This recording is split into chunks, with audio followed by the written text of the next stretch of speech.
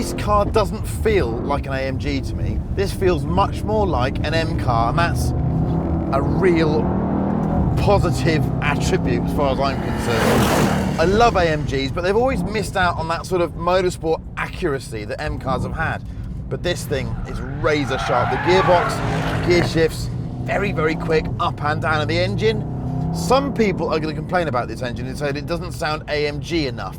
There's a sort of falseness to it, a bit like the last M5. It sounds a little synthesized, almost more like a sort of V10 at times than a V8.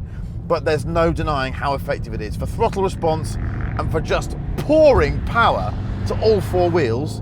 Yeah, not driven anything like it. It makes an RS6 feel a bit sluggish. I'll say that again, an RS6 sluggish. And that thing feels like, yeah, that feels like it's going to take off half the time. So what have we got here? Well, at the moment, I'm in a four-wheel drive saloon car with over 600 horsepower on the new Michelin Pilot Sport 4 tyre, which is pretty exceptional, it has to be said. So I've got a loaded front end grip, I've got adjustable dampers here, I'm in full stiff because we're on a circuit, which is irrelevant, I know, for most people, but that's the only place you can really drive this thing super duper fast. I've got my gearbox in manual and I've got my exhaust loud. The exhaust, as you'll hear in a second, is very powerfully on downshifts. Yeah, lots of Stuttgart flatulence there. It all sounds very nice and sporty. Steering, heavy, positive. The whole car feels very together, very grippy, very fast. And I'll now turn the gubbins off. So I'll turn the ESP off. It's quite interesting what happens here. What you end up with is a car that will oversteer. You saw then just a hint of lock I had to put in. But the four-wheel drive system is unlike anything else I've driven in a really good way too. Fundamentally, this car feels rear-wheel drive.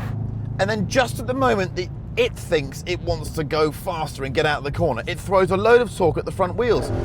Now that might sound familiar because that's exactly what the Nissan GT-R has been doing for, well, 20 years. But this feels more natural because I don't actually have to fight the car with any steering lock at all. And if I've got some opposite lock on, it seems to delay the moment that it throws more torque to the front wheels. It's so intuitive. I suppose in practice it works like a Ferrari FF's four-wheel drive system. But again, it's just better calibrated and it happens more intuitively and smoother. I think it's so clever. If I just get on the gas now, look what happens. Car oversteers and then goes to the front wheels, drags itself out. It's brilliantly simple, and the way that it deploys the power, well, visually, have a look at this now on the camera. You'll see the difference between a drift and the four-wheel drive mode. But this is where these guys have really changed the game. We've now got a car that's all-wheel drive for all-weather, four-wheel drive RS6 bashing if you're a saloon, and an estate version, don't forget. But the RS6 can't slide around, and that's where, yeah, this car's got an extra trick up its sleeve. Watch this. As long as my doors are closed, I'm in manual mode, I've got the ESP off, and I've got the exhaust on, everything like that. If I pull these two paddles now, it offers me something called drift mode. I now confirm with an up dash on the paddle there, and I now have drift mode active. I now have a completely rear-wheel drive, over 600 horsepower saloon car, i.e. I have an old school AMG. How cool is that? And this is no kind of, we'll let the front wheels come in when they fancy it. This is genuinely locked off. Nothing's going to the front tyres now at all. AMG says this is for track use only. Well, I'm on a track, so let's see what it'll do. So this is now third gear in a hairpin. Yeah, that thing's quite all drive.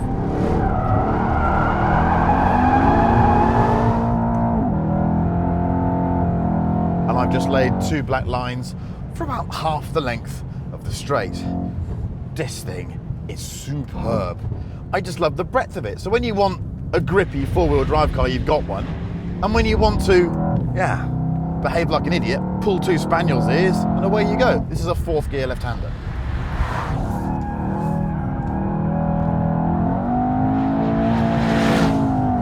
No, can't do that in an RS6. So do you understand just how capable this thing is? It can be the perfect yobbo, and it can be the perfect civilized all-weather performance car. Never driven anything like it. Brakes, this is on steels. They've not faded too much today, but it's a big 2-ton saloon car, so of course they're going to run out at some point. The cabin, we'll talk about that a bit more on the road. In fact, we probably should go to the public highway to test this thing in its correct environment. But on a circuit, the ability to do skids, most important for me.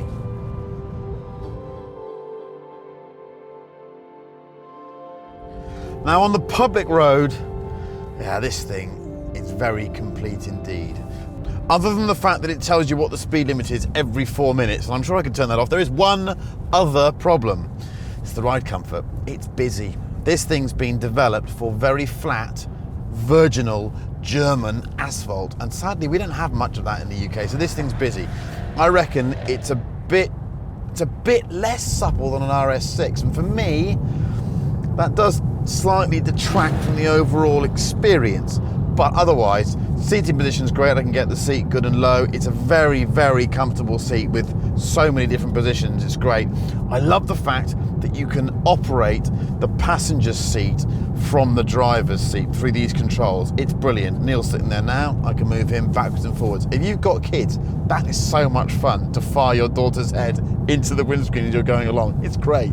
As for the instruments and the general cabin layout, some people reckon it's not 100 grand's worth. It probably isn't, but these screens, they're huge and so clear, and there's so many different ways of tuning them to the way you want them to deliver you information. So I can't really fault them. They're fantastic, actually. The blue, red, or whatever lighting's a little bit chintzy. The IWC clock, I quite like that. Some people don't, but I'd rather have that than the Maserati clock, has to be said. This is a whole new template for Mercedes-AMG. Gone is the old 5.5 litre twin-turbo V8, replaced by an updated version of the smaller 4 litre M178 V8 from the C-Class, still twin-turbocharged. In the S, it produces 612 horsepower and 627 foot-pounds of torque. Those are massive numbers. It drives through a new version of the MCT gearbox with 9 ratios.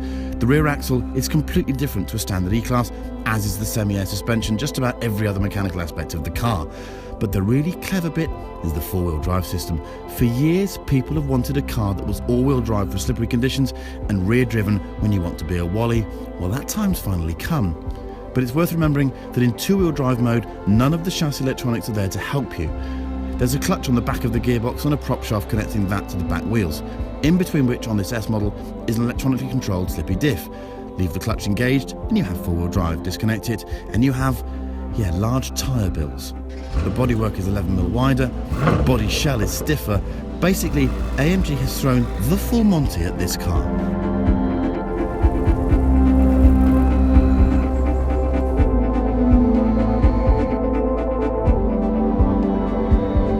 The powertrain is superlative. I suspected it would work brilliantly on the road, and it does. When it's wet, this thing has, I think, the best four-wheel drive system for people that want to enjoy driving that I've driven, because it feels kind of rear-wheel drive until you need some help. And when you need the magic hand to come in and just ping you up the road and chamfer out some understeer and control some oversteer, it's there for you. You just feel superhuman. The noise of the engine is a bit of a problem too for me, because it doesn't quite sound burbly and AMG enough. AMGE, is that even a word? I don't know. They've always sounded quite Mopar AMGs. There's sort of a genuine American muscle car noise to them. This doesn't. This is more flat plane, more synthesized, more European. It's a European car. That shouldn't be a problem. Tyre noise, not too bad. Ride comfort, like I said, busy. Steering, accurate. Car doesn't feel that big on the road either, which is a surprise. And the way that the open and close works on the air vents, the movement. If you find one of these in a showroom, go and play with it. It's lovely, titillating. No, this is a very, very complete, very fast machine. It needs a bigger fuel tank. It's not big enough, should be 80 litres and isn't large enough. And I suspect the fuel consumption is pretty tragic when you're on it. At a cruise, it's just about acceptable, but pushing hard, I think it's going to be quite strong. But, yeah, Mercedes-AMG, well done. This is a bigger step forward than I thought you were going to make. this is a very complete car. The new M5 will have to be very, very good to beat this, but luckily we get to drive it quite soon.